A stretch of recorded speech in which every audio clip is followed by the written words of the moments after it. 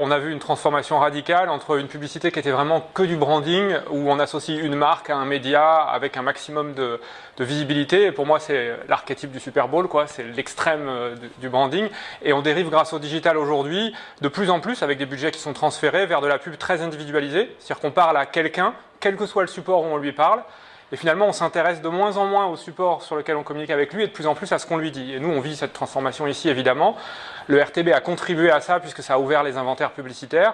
Mais c'est une démarche aussi plus générale qui ressemble à la distribution aussi de papier dans une boîte aux lettres, quoi. Finalement, quand on commence à mettre un courrier dans une boîte aux lettres, on commence à parler à un individu. Quand une boîte comme Neolan veut envoyer des emails personnalisés à chaque individu, on est en train de se dire, tiens, comment on arrête d'envoyer la même brochure à tout le monde et on commence à dire à chacun des choses qui l'intéressent. Donc mon sentiment, c'est qu'on dérive pour le mieux pour les gens, puisqu'on essaie d'arrêter de répéter tout le temps la même chose pour dire des choses qui touchent directement la cible à qui on communique. Je pense que tout est encore à démontrer sur le fait que ce soit plus performant. On voit que certaines formes de cette publicité individualisée sont lassantes, comme globalement le remarketing ou le retargeting lasse pas mal les internautes. Donc on voit aussi que quand on en abuse, ça marche pas non plus parce que les gens se sentent un peu violés dans leur intimité quand la communication est trop individualisée. D'un autre côté, on voit aussi beaucoup de communications qui sont extrêmement efficaces avec très peu d'inventaire. Et cette communication-là, très précise, au bon endroit, à la bonne personne, elle a une capacité à toucher vite et très simplement, avec probablement même des internautes qui ne se rendent pas compte qu'ils ont été ciblés avec beaucoup de précision, parce que le message était pour eux. Ils n'ont pas été voir si leur voisin a eu le même message et ils ont juste reçu un message qui les a touchés et ça a suffi. Maintenant, c'est tout un écosystème qui est en train de faire ses preuves en ce moment, mais je pense que l'explosion qui a lieu en ce moment, parce qu'on voit quand même ce RTB et tout ce système de publicité temps réel exploser en ce moment, il n'y a pas eu de révolution aussi rapide dans la pub depuis toujours en fait.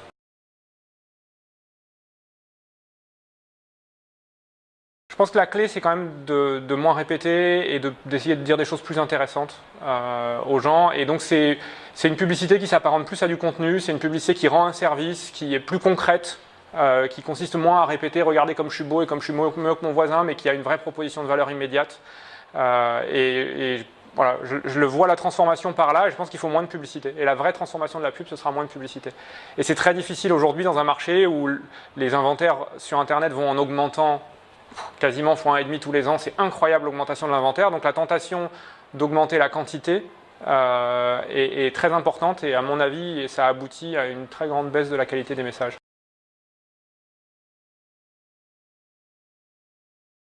Notre métier, nous, c'est de se dire, redonner un peu d'importance à la créa. Scénariser-la, chercher à raconter une histoire, chercher à individualiser le message. Évidemment, ça veut dire investir un peu, mais je pense que les annonceurs ont toujours su investir dans le média, dans la créa, parce que quand on fait un spot à la télé, il y a beaucoup de tournage, beaucoup de choses à mettre en œuvre pour faire un joli spot à la télé, et je pense qu'il faut faire les mêmes efforts dans la créa digitale. Se demander qu'est-ce qu'on peut dire de plus intelligent pour toucher l'internaute. Et aujourd'hui, c'est vrai que la répartition qui est faite de l'effort entre l'achat média et la créa est à mon avis pas bon. Et quand je parle de créa, je parle à la fois de la créa qu'on présente à l'internaute, mais aussi de ce qu'on va lui présenter quand il a cliqué sur la bannière. C'est-à-dire souvent on le fait atterrir sur une page qui est un véritable repoussoir, et là à nouveau il faut accompagner l'internaute. Si je lui ai parlé d'une voiture, si je lui ai parlé d'un voyage, il faut l'amener sur une page où je vais continuer à lui parler de ce voyage, où le prix n'a pas changé entre la bannière et la page où je l'ai fait atterrir, où je lui ai pas dit à partir de 19 € pour le faire atterrir sur une page avec un vol à 400 €. Et donc tout ça, ça veut dire un tunnel dans lequel on emmène l'internaute.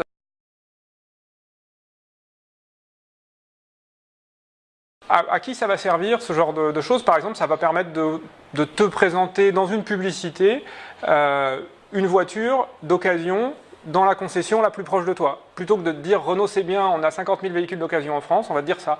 Ou on va pouvoir aussi te présenter un billet d'avion qui décolle dans l'aéroport pas loin de chez toi et qui est en promo ce week-end parce que ce week-end il y a un avion qui n'est pas plein. Et donc on va aider à remplir les avions vides grâce à la publicité, ce qui aujourd'hui est très dur à faire parce qu'il faut tendre les circuits de distribution. On peut aussi, dans la grande distribution, te mettre dans une bannière publicitaire le prix d'un produit et le prix des produits des concurrents près de toi. Autre sujet géolocalisé. Mais on peut aussi, bien sûr, dans ton parcours de cycle d'achat, si tu as été acheter un très bon produit de beauté chez une marque, 30 jours après, te présenter des publicités pour te dire tu n'en as peut-être plus, est-ce que tu penses à en racheter? Ou peut-être, on a une nouvelle gamme, est-ce que ça t'intéresse? Et donc ça veut dire se demander qu'est-ce que tu as déjà acheté, qu'est-ce que tu as déjà fait, où est-ce que tu es un homme ou une femme? Et à partir de là, choisir des produits qui sont adaptés à mettre dans la bannière et à faire un peu plus de promotion de produits et un peu moins de promotion de marque.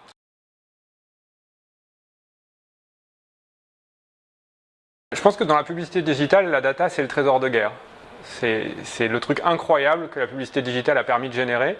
Et si on essaie d'en abuser, exactement comme quand on abuse du pétrole, il n'y en aura plus parce que tout le monde va serrer trop fort et il va y avoir des vrais mouvements de panique autour de la donnée.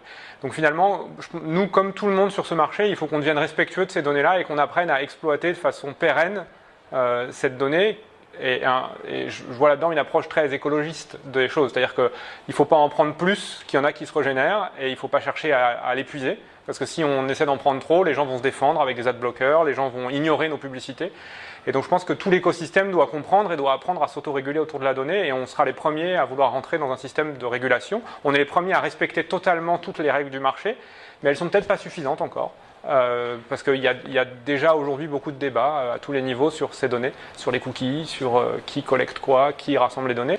Et en fait, dans les données, on parle souvent des données de l'utilisateur qui sont une source de personnalisation de publicité. Mais en fait, il y a énormément de données qui ne sont absolument pas exploitées dans la publicité, qui sont tout ce que l'annonceur pourrait accepter de partager de ces données avec ses prospects.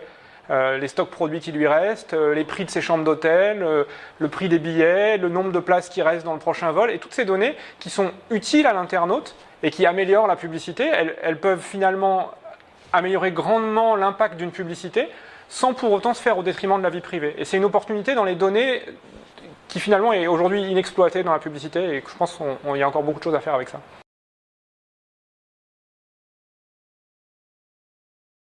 Pour nous, c'est de continuer finalement à faire comprendre, essayer d'avoir des nouvelles idées et donner des nouvelles idées aux agences, et puis aussi explorer leurs idées, parce qu'elles ont souvent beaucoup plus d'idées que nous avec ce qu'on fait.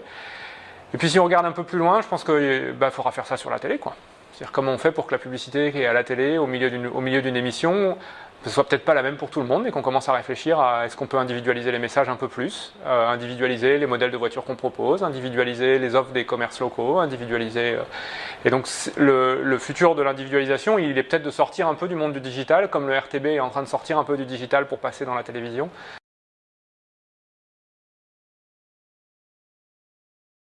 Notre rôle, comme celui des publicitaires dans l'ensemble, c'est d'officialiser la publicité. Une publicité, c'est une publicité. Un annonceur a payé pour être connu. Et je crois que les gens sont plus intelligents qu'on veut bien le croire. C'est-à-dire que quand on présente une publicité, les gens savent que c'est une publicité et sont capables de comprendre que c'est une publicité. Et en mélangeant le contenu et la publicité, on crée un doute très profond dans la tête des gens sur qu'est-ce qui est vrai et qu'est-ce qui est faux et qu'est-ce qui est de la pub et qu'est-ce qui n'en est pas. Et donc je pense qu'au contraire, le type de technologie qu'on a permet de dire je suis une publicité, mais je te parle individuellement. Et pas je te glisse un message publicitaire au milieu du contenu. Et je pense que ça, c'est très important. Voilà. Et donc, mon point de vue sur ce sujet-là, c'est que les marques doivent continuer à être des marques. Elles ne peuvent pas disparaître dans 2 lignes de texte au milieu de réponses Google.